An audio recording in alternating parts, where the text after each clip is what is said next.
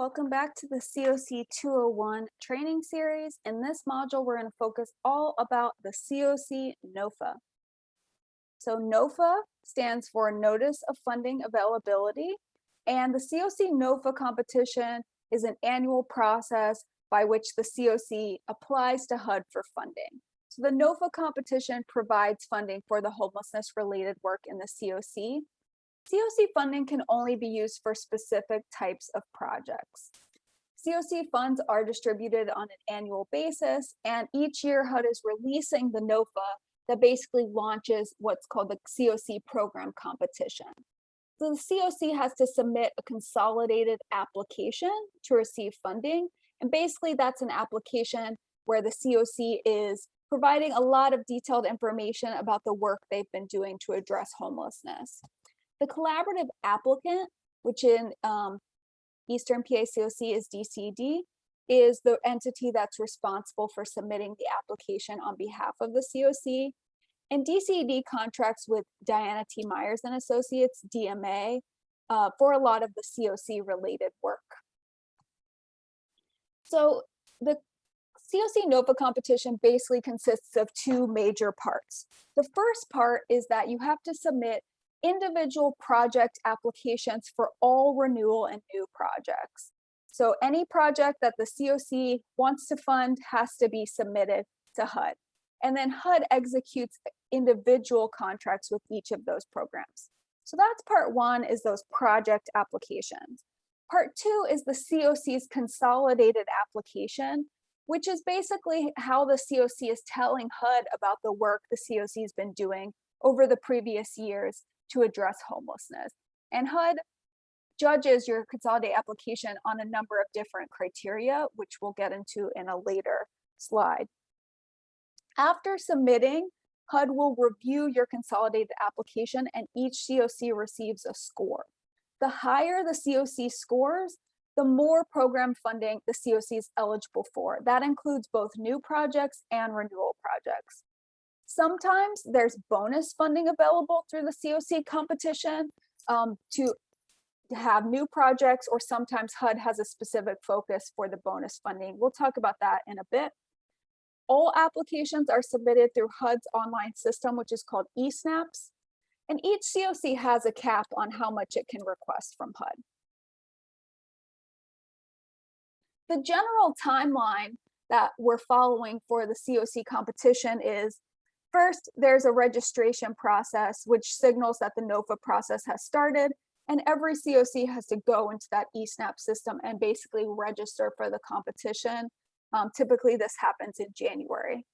Next, HUD releases the GIW, the Grant Inventory Worksheet, which lists all of your projects in your COC that are up for renewal. And the COC is responsible for reviewing that and making sure it's accurate. Then the NoFA is released. Typically, this happens in the summer months, June or July. And in previous years, COCs have had about 90 days to complete and submit the application, sometimes less. There are certain deadlines of things that have to happen during that 90-day or less period. Project applications have to be submitted to the COC no less than 30 days before HUD's due date. So all your renewal projects and new projects who are coming in have to have an application into the COC 30 days before the due date. The COC is required to notify all projects about whether they're accepted or rejected, whether the COC will be putting forward their application to HUD. And that's true for both renewal projects and new projects. The COC has to publicly post the application at least 2 days before HUD's due date. Typically that's done on the COC's website.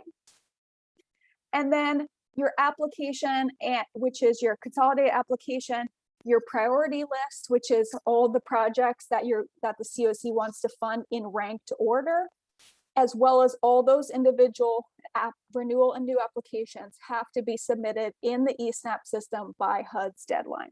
So there's a lot of moving parts that happen during the NoFA competition. I noted that COC funds can be used only for specific project types. So COC's funds are targeted to a specific group of projects, and this has evolved over time. So for example, over the last several years, HUD has been phasing out projects like safe havens, transitional housing projects in favor of different newer project types. So the housing type of projects that can be funded through COC include permanent supportive housing, rapid rehousing, transitional housing, rapid rehousing joint component. This is a relatively new project type that basically combines transitional housing and rapid rehousing into one project. And clients can essentially choose which they want to go into, either both or one or the other. And then transitional housing and safe havens can be funded through HUD, but only renewals. So only existing projects can be funded that are transitional housing and safe havens. Supportive services only. New supportive service only projects are now only eligible if they're for coordinated entry activities. HUD calls this SSOCE, which is supportive services only coordinated entry. Existing SSO projects that are not for coordinate entry can be renewed. Most of these in the COC have been converted over time to PSH, so there are not a lot of SSO projects left that are not coordinated entry related. COC funding can fund your HMIS system, so supporting the implementation of your HMIS system. And COC funding can serve to fund your planning grant, which is support for your COC planning activities. Planning grant amounts are a predetermined portion of the overall COC funding, which is 3%. HMIS and planning grants are limited. Each COC can only have one HMIS grant and one planning grant. So COC funding is one tool in a toolbox in addressing homelessness in a community. As you can see from the previous slide and from this side, COC funding is limited in what it can fund. Other tools that are in the toolbox include Emergency Solutions Grant, ESG funding, as well as Home for Good. Home for Good is a funding stream through the Federal Home Loan Bank of Pittsburgh and the Pennsylvania Housing Finance Agency. And there have been 3 previous rounds of funding, anticipated that this will continue. This is a really flexible pot of money that COCs have access to drive forward goals around prevention and diversion, innovative solution, meeting critical needs. And COCs really get to set the priority for how they're using the Home for Good funding. So you can see here, even though COC can't fund emergency shelters, ESG funding can. And even though COC can't fund homeless prevention, ESG funding can. So it's really about COCs being strategic about how they're using different funding streams to address needs in their community. We're going to talk through some key terms around the COC funding competition. These terms may come up, so we want folks to be familiar with what they mean. So we have ARD, which is your annual renewal demand. This is basically the total amount of all your COC projects put together that are eligible for renewal in the COC program competition before you make adjustments around things like fair market rent.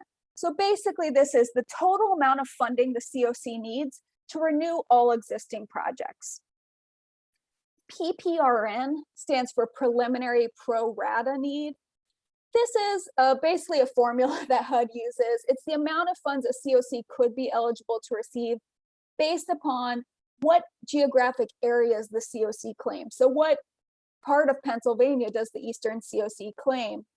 That goes into this formula. So HUD basically uses a specific allocation formula to determine the amount of a COC's PPRN. And we'll get into kind of how this plays into the COC funding on the next slide. Another term is the FPRN, the final pro rata need. So this is the higher of your PPRN or your ARD. So HUD will look at your PPRN amount and your ARD amount for your COC, and that's the FPRN, which is the base for the maximum award amount for the COC. So the COC gets to apply for either the ARD amount or the PPRN amount, whichever is higher. And this looks different in different COCs depending on how the COC is configured.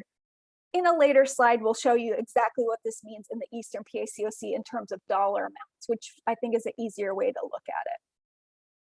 The COC bonus So the COC is eligible to apply for up to 5% of its Fprn or 25% of its Pprn minus ARD, whichever is greater, for bonus or new projects. Don't worry about how the amounts, because sometimes this calculation gets tricky. HUD puts all this information out at the beginning of the COC competition for COCs. So it tells COCs what their ARD amount is. It tells them what their Fprn and their Pprn is. So HUD, it makes this easy. The terminology can be confusing, but HUD will provide all this information to the COCs so that they can understand what funds they're eligible for. So as long as the COC has a process to rank projects, which the Eastern PA COC definitely does, it can apply for COC bonus funds. And the amount available is laid out in the NoFA. And the COC bonus used to be called the permanent housing bonus, but it's no longer just limited to permanent housing. So now it's called the COC bonus. The domestic violence DV bonus. So in the FY 2019 HUD Appropriations Act, provided up to $50 million for new projects, rapid rehousing or supportive service projects, coordinated entry related, for projects that would serve survivors of domestic violence, dating violence, and stalking. So the DV bonus in FY19 was 10% of your PPRN or a minimum of 50,000 and a maximum of 5 million.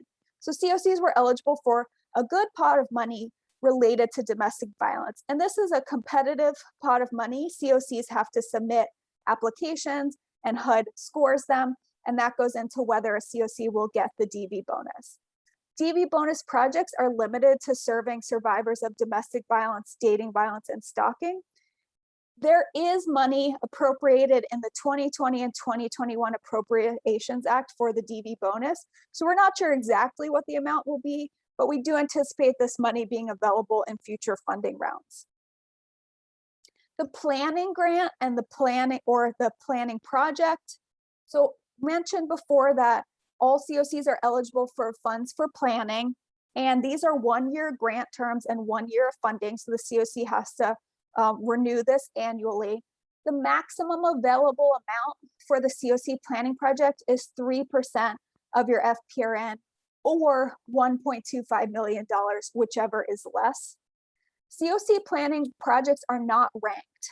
So they're not placed into tier 1 or tier 2, which we'll talk about on the next slide. COCs don't have to kind of decide whether they want to fund these or not. These are just funds that the COC should and can apply for. The planning project has a 1-year grant term, and the collaborative applicant is the one who submits that planning project application to HUD during the COC competition. So I mentioned tier 1 and tier 2. Basically, COCs have to divide their funds into tier 1 and tier 2. And tier 1 projects are considered safe and will be funded. And then tier 2 projects are at risk and may not receive funding. So during the COC competition, all renewal projects are evaluated based on their performance, and then they're ranked. You also throw your new projects into the mix. So COCs are responsible for ranking all the renewal and new projects, and then they end up being divided into tier 1 and tier 2. So a little bit just about the calculation of tier 1. In 2019, tier 1, the amount of money for tier 1 was 100% of your first time renewals plus 94% of all your other renewals. So you add that up, and then the rest goes into tier 2.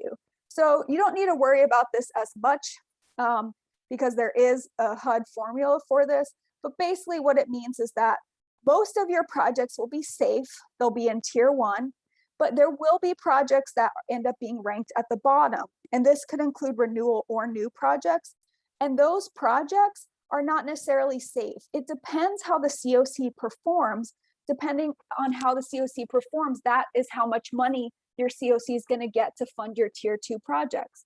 So sometimes COCs could lose all the projects in tier 2 if they're not performing up to par, or they're one of the lower performing COCs. Sometimes COCs get all their projects funded in tier 2. More likely is that some projects in tier 2 will be funded and some will not. But basically the way HUD looks at this is they take into account the COC's overall score. So how did the COC score on their consolidated application? They factor that in with each project's budget in tier 2, and they use a formula to basically calculate how much of your tier 2 money you're going to get. There is a strategy involved with the ranking, and the funding committee is responsible for that. We're going to get more into ranking in a future module. So I mentioned I would kind of break this down by funding amounts. So it's a little bit more clear what all these terms actually mean in terms of dollars and cents. So you'll see here in 2019, in the Eastern PA COC, the annual renewal demand was a little over 12 million. And when you add up tier 1 and tier 2, including eligible bonus funds, the total amount for tier 1 and tier 2 was a little over 12.7 million. Tier 1 is made up of 100% of your first-time renewals and 94% of your others. So 11.5 million roughly is your safe money that you're guaranteed to get. And then tier 1, which is about 1.2 million, a little over 1.2 million, was your money that basically you're competing for against other COCs. And then there was up to 600,000 that COCs could apply for in bonus money, a little over 1.2 million in DV bonus funding, and then a little over 350,000 for your planning grant. So the total possible money that the COC could have gotten in the FY19 competition was around 14.3 million. So the COC is basically taking these numbers and figuring out where the threshold is between tier 1 and tier 2, and then ranking projects. And we're going to get more into ranking in a future module. So thanks for joining us to go over your COC basics, and we'll see you in the next module, which will cover the COC level application.